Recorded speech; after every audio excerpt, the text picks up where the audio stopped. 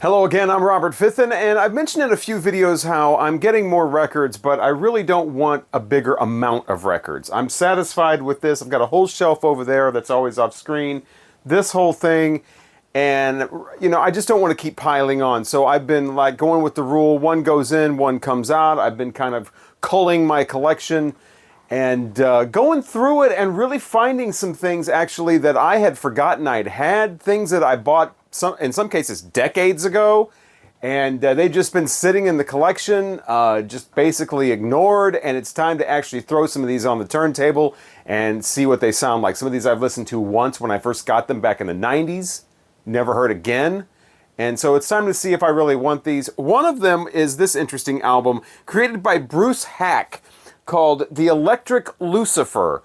Got this not quite in the 90s. This was more like just maybe like, I don't know, like maybe 10 years ago I got this.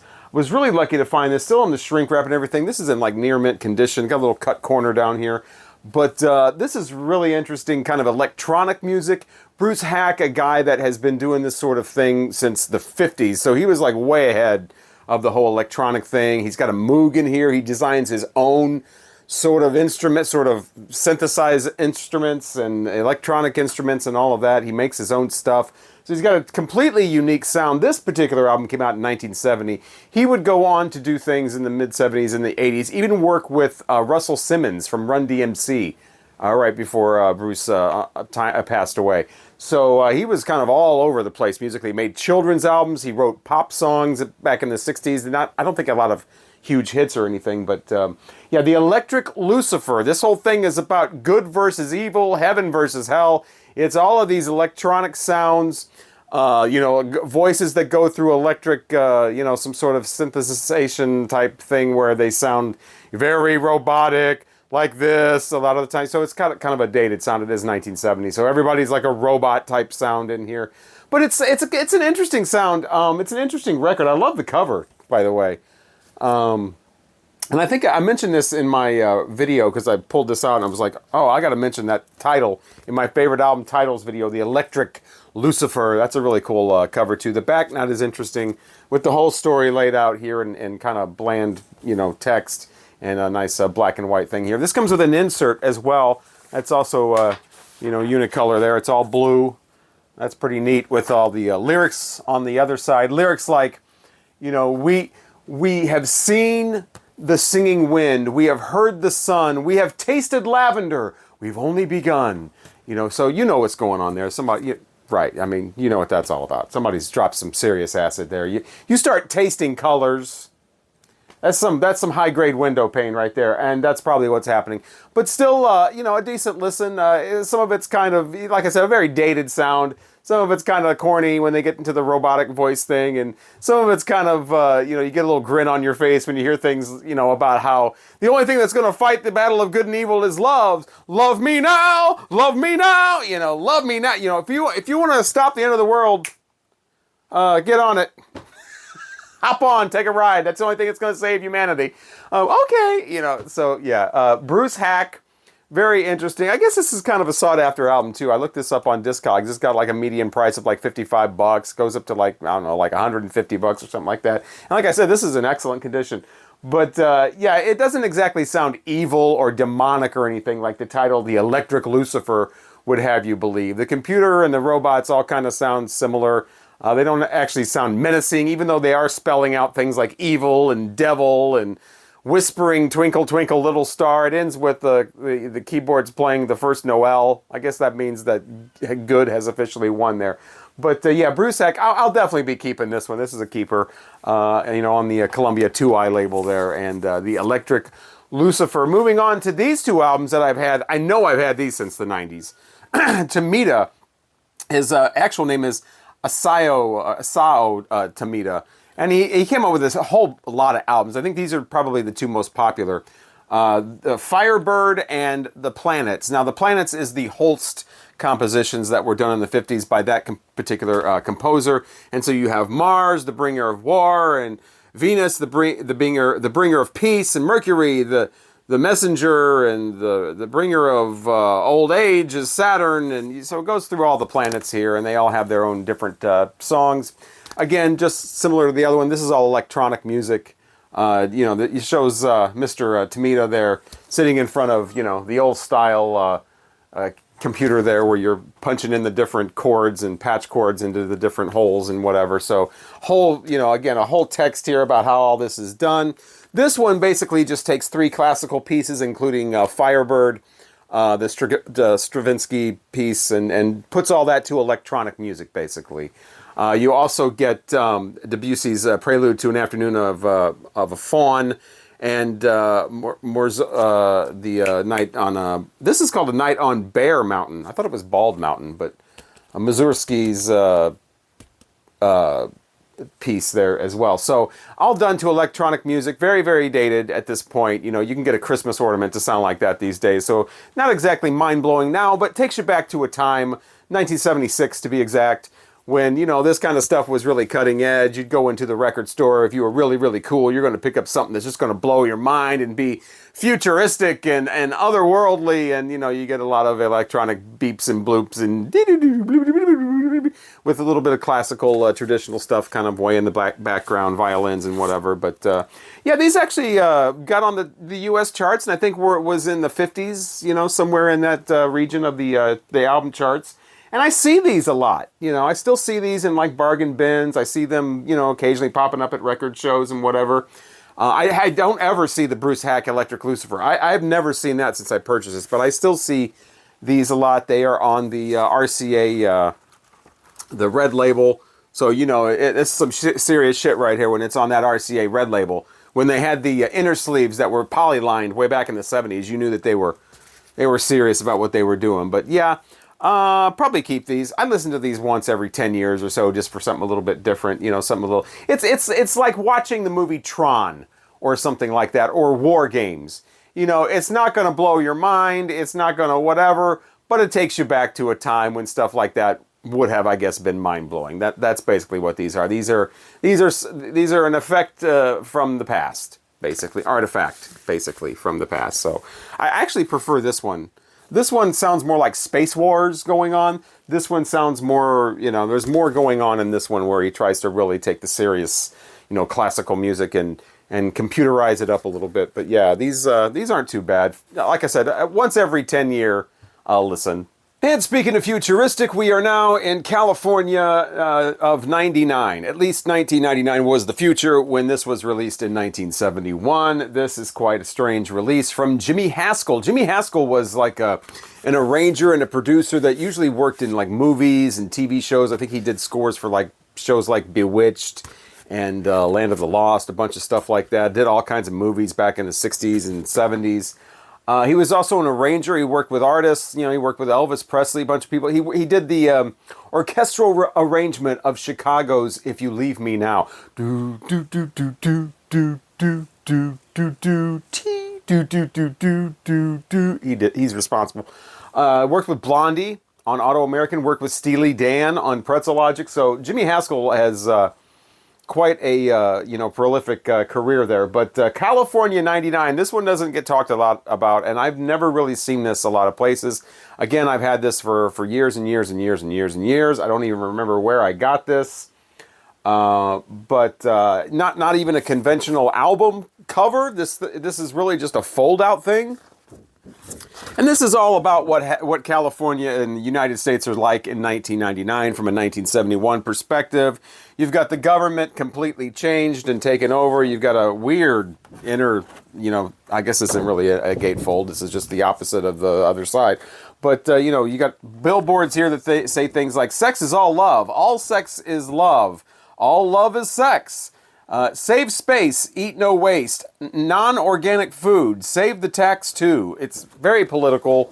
Reminds me of one of those movies like Punishment Park or something where, it's all about the teenagers and they're being punished and you have to go off to war and things like that. And this, because the record basically is some songs, but it's also this guy narrating his life at that point. Talking about how the government has given him the option of he can either go to war or he can choose the non-military option, which is to make love to 3 women. And specific women, they assign you the women. They are, in this particular guy's case, Jessica, Claudia, and Barbara. He's got to go find these women and make love to them.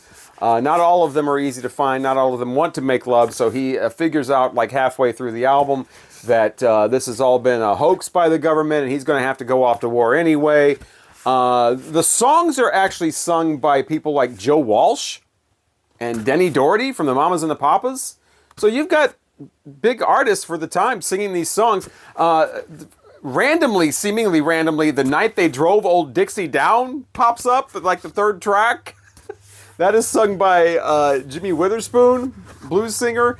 And so yeah, this is just craziness. And these photos on here, I'm not sure what a lot of these mean. There's the grand champion, the great 1998 Snore Festival.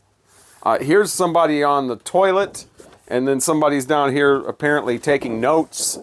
It is quite a strange album, as you can probably tell. California 99 also comes with this inner sleeve with lyrics and background as well on here about what's going on. And I still, you know, it's one of those political pieces, basically, with some music thrown in and some words to the, you know, songs and whatever. Has a newscast right around the end of side 2 that talks about, you know, the Catholic religion has completely changed. America's divided up now in sections, and you've got somebody stole a bunch of samples from the Johnson & Johnson sperm bank or something like that, and somebody stole some masks from the bank. When you work at a bank, you have to wear your smog mask.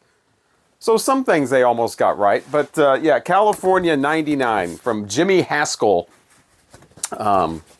Like I said, much better known for arranging orchestral pieces and songs and working on movies and TV show scores. So yeah, California 99. If you find this for cheap, which this shouldn't be that expensive. It's like an $8 record or something like that. But if you find this, you might want to pick this up because this is definitely an oddity, and it is somewhat entertaining. And you do have, like I said, Joe Walsh, Denny Doherty, Jimmy Witherspoon. You know, I mean, you got top talent working on this.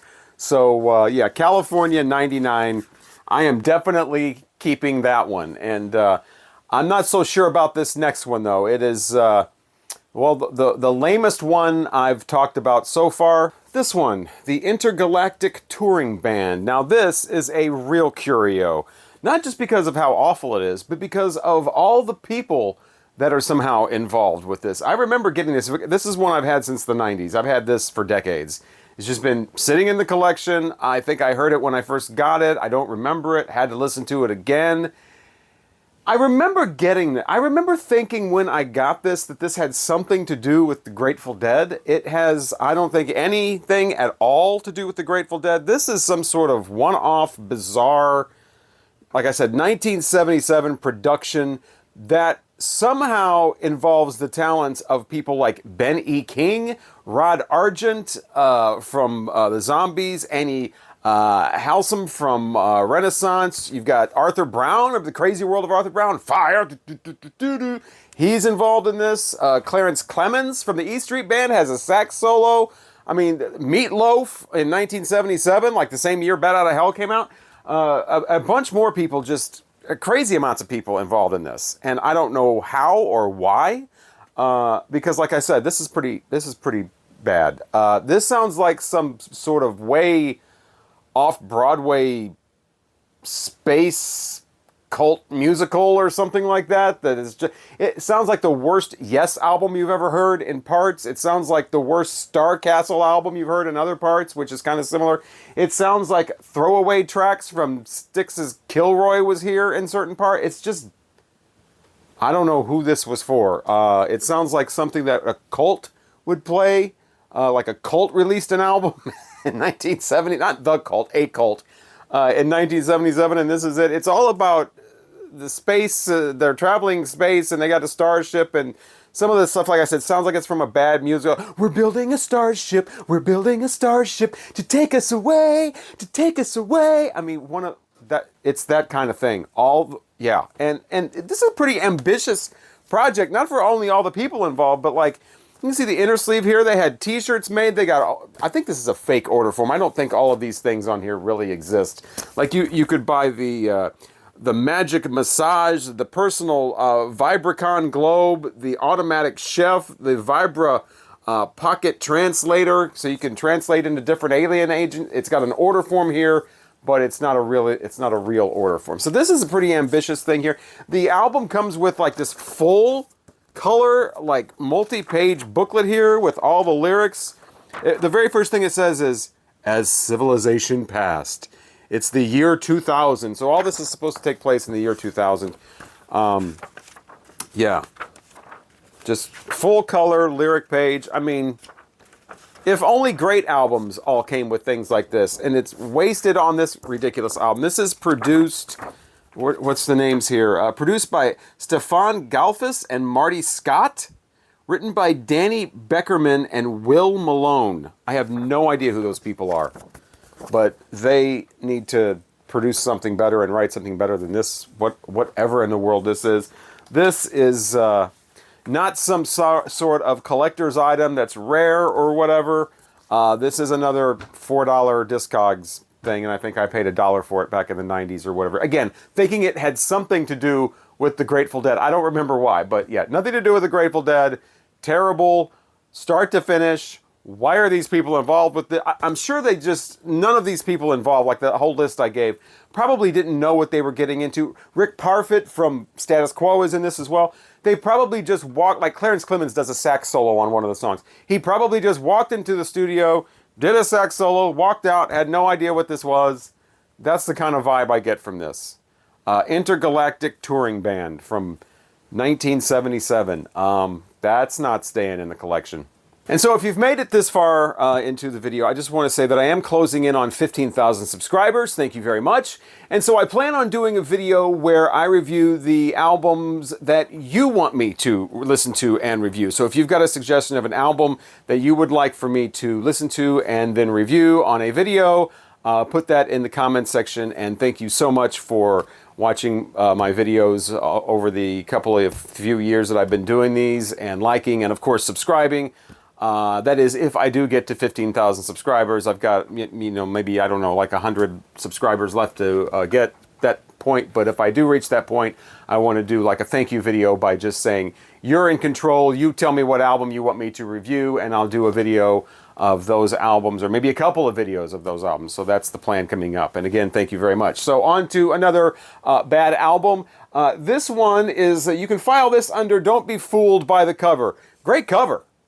And it's The Happening, and it's Fire and Ice Limited, and wow, this is really cool. What's this going to be? So psychedelic and fiery and hot and cool, because ice, cold, actually. No, this is this was released in August of 1966, and Capitol was really just putting out stuff for the lysergic acid crowd. And this is another one of those. This is a total cash grab on a cultural phenomenon. It is kind of early though, August of 1966, but this is just music that doesn't sound psychedelic. It's organ, keyboard, it sounds like the Dartels or something, that bouncy little keyboard, Joey D and the Starlighters or something. And just people over the top of it going, yeah, all right, woo, yeah, whoa, yeah, whoa, just sounding really stupid. And yeah, Adventures in the Strange New Mind Manifesting Music. No, that is absolutely not what this is. This is just dumb. Don't get this. You do get the nice Capitol 66 sounds great inner sleeve though. That's pretty cool. I like these old Capitol sleeves. But what's the Beatles one on here? It's Rubber Soul. Is there only one Beatles on here? Wow. Okay. Yeah, there's Help. Yeah, Help is on here. Help and Rubber Soul are the two Beatles albums advertised. But yeah, this is don't waste your money on this. Cool cover though, and I love the fact that mine's in really good condition, so the cover doesn't have any ringwear on it or anything. But yeah, Fire and Ice Limited, The Happening, simply just one of those releases just to capitalize on the whole like psychedelic acid movement that was going on. This does remind me though that I still need to get the album I've wanted since I've been 12 years old. They came out right around the same time. The LSD double album. I still want to get that. I never see that anywhere. It's on Discogs. There's like one copy. I want the stereo one, so I don't want the mono one. But one copy. It's not sold in the United States. It usually goes for like 50 or 60 bucks. It just keeps getting more and more expensive, which isn't a lot, but they're never in good condition. A good condition one is more like, now you're getting into like 120 bucks. So yeah, if you've got an acid album, it usually has been laid on the floor and, you know, walked all over and whatever. But yeah, this one not, because people probably listened to this one time and filed it away. But yeah, stay away from Fire and Ice Limited, The Happening. So another album I've had in my collection for decades is this one from Rabbit McKay and the Psalms Rhythm Band. The album is called Bug Cloth, and I don't know what a bug cloth is. Was not able to find that out. Is that like a... I'm assuming that's not like a splooge towel, but yeah, a bug cloth. 1968. This guy had 2 albums. This was his first. He's from somewhere in California, I think. Kind of a folksy, psychedelic type of thing. Like I said, I got this back in probably the 90s in one of those, you know, dollar type deals. And probably heard it once and then tucked it away, and it's been sitting in the shelf ever since. Pulled this out, was like, you know, I'm going to listen to this thing, because I don't remember this at all. And yeah, it's like a folksy psych type thing. Not anything too stellar, nothing too memorable. It starts out with a decent song, the one about Big Sur, you know, and it's got your typical, you know, rivers are flowing into the sea and the breezes and the trees and whatever. His voice is just kind of, you know, your typical folksy kind of whatever. The kind of acoustic songs on here, like that one, are definitely the better ones. When the band picks up and he starts that hollering like this and why are you giving me a hard time, woman? You're always giving me a hard time, woman. You know, and that's the issue with this album. Not enough stuff about trees and rivers, and too much stuff about some woman. There's like 4 or 5 songs, 5 or 6 songs like that. You know, candy, I want candy. You know, and just yelling. And the music that supports him is not inventive or imaginative or any interesting or whatever. It's just very, very, very basic stuff. And then you get into like the song about going to Mexico to buy weed, and it's all kazoos and whistles and nonsense like that. So can't really recommend this album, but you know, now I've heard it. Rabbit McKay, he apparently passed away in 2017. Rest in peace. And so that's really all I know about him. There is a song on here called Lana Minus Life, though. It's like the 3rd track on here. Again, more of a tender type song. You know, her spirit has left this earth type of thing. I just thought that the title Lana Minus Life sounds like something that someone would say on YouTube these days. Like, you know, because you can't say somebody's died or whatever, or they've been killed. You have to say they're minus life. Lana Minus Life. Rabbit McKay and the Psalms Rhythm Band and Bug Cloth. It is on Uni, though. That's a good thing I can say about it. I still love the Uni label.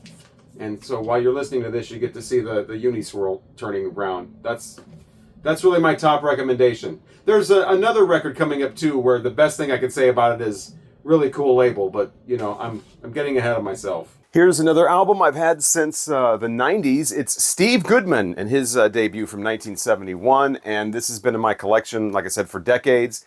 And I'm not sure that I ever listened to this before about a week ago. And, you know, the reason I got it, I remember it was like $1 or something like that. But it was Steve Goodman. And I recognized that name from the David Allan Coe song, You Never Even Called Me By My Name. You know, if you've heard, that's a country song from 1975. He actually co-wrote it. There's actually a version of it on here. And, but the song, it's like a novelty type song, you know, beer drinking, you know, bar song, karaoke type song. And there's a part in it where David Allan Coe mentions that Steve Goodman wrote the song. A friend of mine named Steve Goodman wrote that song, and he told me it was the perfect country western song. And so I'd heard that name since I was a kid, basically, but never really knew who Steve Goodman was. Turns out he's actually the guy that also wrote City of New Orleans, one of my favorite Willie Nelson covers. Of course, Arlo Guthrie had the big hit version with it, too. And so I had to hear this finally after it's just been sitting in the shelf for years and years and years. And yeah, it's kind of like the writing style of maybe John Prine. As a matter of fact, John Prine has a little blurb here that he wrote about how great Steve Goodman is. So it's kind of that quirky, country, you know, folky kind of songwriting. But Steve Goodman's voice is I think what's held him back. He does not have a very characteristic voice. It's a very dry voice. It doesn't have a lot of storytelling like value, or it just sounds like somebody just a really basic kind of singing. It's not very enchanting or very colorful, or there's no substance to his singing. And so it's really, really dry. And so, yeah, there's not a lot of character, I guess is the word. There's not a lot of character in his voice. And so the listening to this all the way through, I'm just thinking, yeah, great songwriter. Would love to hear some other people do these songs. So it's that type of thing where it's the songwriter and he's doing his own thing, and it's always better if he has other people doing the songs. But City of New Orleans is on here as well, and he's got a few other things. It starts out with this really quirky song called the I Don't Know Where I'm Going, But I'm Going Nowhere Fast Blues, and, you know, something like that. But anyway, yeah, so you got all these on here. But yeah, great songs, just better sung by somebody else, basically, is the Steve Goodman story. And he did come out with other albums after this. Most of them you can find in the $3 bin, $5 bin, you know, whatever. His stuff is not expensive. It's definitely not expensive like John Prine's early stuff has become very collectible. I remember getting his debut album, which I would give 5 stars to out of 5. I got that for literally 50 cents at a record store sidewalk sale where they were blowing out a bunch of records that had been around forever. This was, again, in the late 90s, and was just blown away by his debut. Donald and Lydia is actually a John Prine song that's on here, and definitely prefer the John Prine version. But yeah, Steve Goodman also wrote the song Go Cubs Go, the Chicago Cubs rallying song, and wow, didn't realize that until just recently, and that's not a favorite song. I think that's well below his abilities as a songwriter. Go Cubs Go. That's the Go Cubs Go. You know, hey, what do you say? The Cubs are going to win today. That's literally lyrics. I mean, he's obviously writing this just to, I don't know if he wrote this in like a minute. It sounds like a 5-year-old wrote it. But then again, it's a baseball rallying song. You want it to be easy. You don't want it to be a bunch of complicated lyrics. So basically, go Cubs go. You know, hey, what do you say? The Cubs are going to win today. They got the power. They got the speed to be the best in the National League. Woo, woo. And it is the Chicago Cubs. So you definitely want to make it very, very easy. Cubs fans, you know, come on. They're not the most, you know, come on. So yeah, you got to keep it easy for the Cubs fans. And by the way, I want to thank the Chicago Cubs for all these years, because being in radio for decades, I don't know that much about baseball. I'm not a baseball fan at all. But being in radio in St. Louis, the Chicago Cubs, you know, you've got to be on the home team, you know. And the Chicago Cubs have offered a wealth of comedy. It is so easy. It's been so easy to make fun of the Chicago Cubs for decades. And it's really easy to do. You don't even have to know that much about baseball. And so, yeah, thank you for that, Chicago Cubs. Because, I mean, I wouldn't know how to make fun of, like, the Colorado Rockies or the, you know, the Arizona Diamondbacks or the Maple Leafs or something. I don't know anything about baseball, but you don't have to know anything about baseball to know how to make fun of the Chicago Cubs. I wouldn't even know how to make fun of the Chicago White Sox. But so thank you so much, Chicago Cubs, for allowing me, you know, the opportunity to do that easily without doing much kind of research at all, and going on the radio and just making people laugh with ridiculous Chicago Cubs references. I really appreciate that. And so another one that's been in the collection, just kind of sitting there. I always thought this cover was interesting. I think this came out of a box of records I bought in the late 90s, and I think I might have listened to this once, but totally forgot about it. Faso and Good Thing. This is reportedly their second album. I don't want to put my thumb right there. That's get banned from YouTube. But yeah, nice ice cream cone there that she's enjoying. This is a band from Dayton, Ohio, like a lot of great funk bands. Of course, the Ohio Players being the main one. And these guys kind of jumped around in bands. I think these guys had 3 albums, and then some of them went off to become like members of Heatwave and Slave and all these other funk bands. This, though, is kind of mid-level funk. There's nothing great on here. A lot of repetition without the groove that you want to keep it, you know. Obviously, a lot of funk is a lot of repetition, but sometimes they get in a great groove and you just don't want it to stop. That is not so much the thing here. The songs are long, they're repetitive, but they don't really ever find that sweet spot where you're like, yeah, get into this. You know, they got a song, the lyrics are things like, you know, Party Time. A song on here called Party Time. Anytime is party time, and party time is anytime. Anytime is party time, and party time is anytime. Just over and over. It's like, so yeah, I'm not even sure if I'll keep this. But yeah, promotional stamp. But yeah, Faso and Good Thang. Not great. It's all right.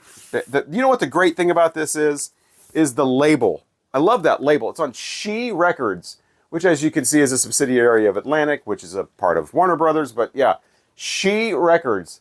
Oh, I think that label is really cool. I like that. Maybe I can find some more stuff on She Records. I'll have to investigate that. But that's a cool cover or cool label. But yeah, Faso, Good Thang. It's more like an okay thing. Moving on, we have the band Chase. Look how good that looks in the shrink wrap with the hype sticker. These guys kind of sound like Blood, Sweat, and Tears. I remember getting this. I haven't had this that long, maybe like 6 years or so.